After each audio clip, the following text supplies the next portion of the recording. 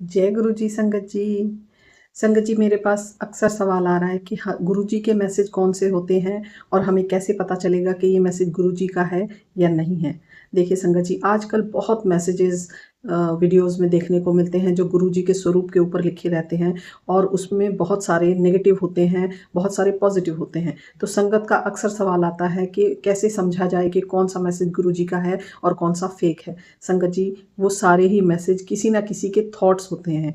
हम ही लोगों द्वारा हमारे मन में जो विचार उत्पन्न होते हैं हम गुरु जी के स्वरूप के ऊपर लिख देते हैं और उन्हें पोस्ट कर देते हैं, और हम लोग नई संगत उन्हें पढ़ के जो नेगेटिव मैसेजेस होते हैं उनको पढ़ के वो भ्रमित हो जाती हैं, वो परेशान हो जाती हैं। तो संगत जी, इस बारे में बहुत सारे लोग कहते हैं कि ये नहीं करना चाहिए, लेकिन आप किसी को रोक नहीं सकते हैं। तो मैं सिर्फ इतना कहना चाहूँगी कि आप सिर्फ, अगर आपके सामने, देखिए आप सोशल मीडिया देखेंगे तो कहीं ना कहीं से आपके सामने इस तरह के मैसेज आएंगे ही आएंगे। लेकिन अगर वो, मैं ये कहना चाहती हूँ कि अगर उस मैसेज को पढ़ के आपको डर लगे या किसी तरह का मन में भ्रम पैदा हो या किसी तरह का अविश्वास पैदा हो, तो समझिए वो गुरुजी का मैसेज नहीं है। गुरुजी कभी भी नेगेटिव बात कर ही नहीं सकते। पॉजिटिव बातें होती हैं, तेरे घर में नोटों की बारिश होगी, तेरे बेटे की जॉब लग जाएगी, तेरे घर में बहू आने वाली है, तुम्हारे घर में फूल आने वाला है। ये सारे पॉजिटिव भी होते हैं और इन्हें देख के भी अक्सर संगत भ्रमित हो जाती है। तो संगत जी, गुरुजी इस तरह के मैसेजेस नहीं देते हैं। गुरुजी सिर्फ ये कहते हैं कि तुम अपना कर्म सही रखो, बाकी करना मेरे हाथ में है। तो आप अपना कर्म करिए। क्यों चाहिए आपको मैसेज? क्यों? आपको खुद समझ आ जाएगा। जब लगेगा, गुरुजी को अपने आप लगेगा कि हाँ, तुम तक कोई मैसेज पहुंचना चाहिए, तो अपने आप पहुंचा देंगे। संगत जी, इस तरह के मैसेजेस से भ्रमित ना हो। और कई बार संगत का मैसेज आता है कि इस तरह के जो फेक सत्संग होते हैं उन्हें सुने या ना सुने, क्योंकि अक्सर सब लोग कहते हैं कि सत्संग सुनना चाहिए, पूरा सुनना चाहिए। उसमें थंबनेल लगे होते हैं, पोस्ट लगी होती है कि पूरा नहीं सुना तो तू पछताएगी, तेरे घर में ये हो जाएगा, कोई ये नुकसान हो जाएगा। तो संगत जी, आपको उनसे डरने की बिल्कुल भी ज़रूरत नहीं है।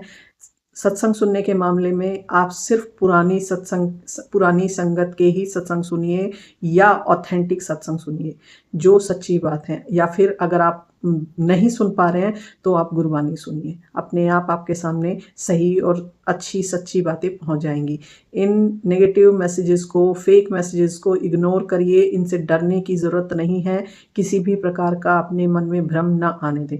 गुरुजी सिर्फ अपनी संगत से प्रेम करते थे। जो बुराई का, गुरुजी कहते थे मेरे पास तो चोर भी आ जाएगा, डकैत भी आ जाएगा, तो उसका भी भला ही होगा। तो गुरुजी अपनी संगत का बुरा कैसे कर सकते हैं कि एक तू सत्संग नहीं सुनेगी तो तेरा बुरा हो जाएगा? ऐसा बिल्कुल भी नहीं होता है। और अक्सर मैसेज में ये लिखा रहता है कि आज तेरे लिए ये भला है और तू जिसका भला चाहती है उसको आगे फॉरवर्ड कर। ये सब फॉरवर्ड और कॉपी पेस्ट, ये सब व्यूज़ बढ़ाने का, अपने लाइक्स बढ़ाने का, इन सब का एकमात्र तरीका है। लेकिन इस बारे में मैं कोई भी कमेंट नहीं करना चाहूँगी। वो सबकी अपनी अपनी स्वेच्छा है, अपना मन है। लेकिन संगत जी, आप प्लीज़, आपके सामने इस तरह के कोई भी मैसेज आते हैं तो प्लीज़ उनसे बचें। इस तरह के किसी भी मैसेज को अपने ऊपर लेने की ज़रूरत नहीं है। वो सच नहीं होते हैं, वो झूठ होते हैं। मैं इस वीडियो को बनाने का मेरा एकमात्र कारण यही है क्योंकि एक संगत का मुझे मैसेज आया जो बहुत ज़्यादा परेशान थी कि दीदी मुझे अक्सर नेगेटिव मैसेज आते हैं। तो देखिए, इस चीज़ का एक कारण ये भी हो सकता है कि आप अपनी सोच को पॉजिटिव रखिए। आप नेगेटिव सोचेंगे तो आपको नेगेटिव ही देखने को मिलेगा। पॉजिटिव सोचेंगे तो पॉजिटिव ही। जब आप ईश्वर के चरणों में आ गए हैं, गुरु जी के चरणों में आ गए हैं, तो आपको डरने की बिल्कुल भी ज़रूरत नहीं है। तो प्लीज़ इस तरह की सोच को बढ़ावा मत दीजिए। अपनी सोच पे विराम रखिए। अंत में गुरु जी के चरणों में सब कुछ सौंप दीजिए। हे प्रभु, आप करिए और मुझे प्लीज़ इन सब वहमों से, भ्रमों से बचाइए। इन सबको इग्नोर करिए। इस चीज़ को बिल्कुल भी सीरियस लेने की और इससे डरने की बिल्कुल भी ज़रूरत नहीं है। संगत जी, गुरु जी का नाम लीजिए, मंत्र जाप करिए, सब कुछ अच्छा होगा। जय गुरु जी। शुक्राना गुरु जी।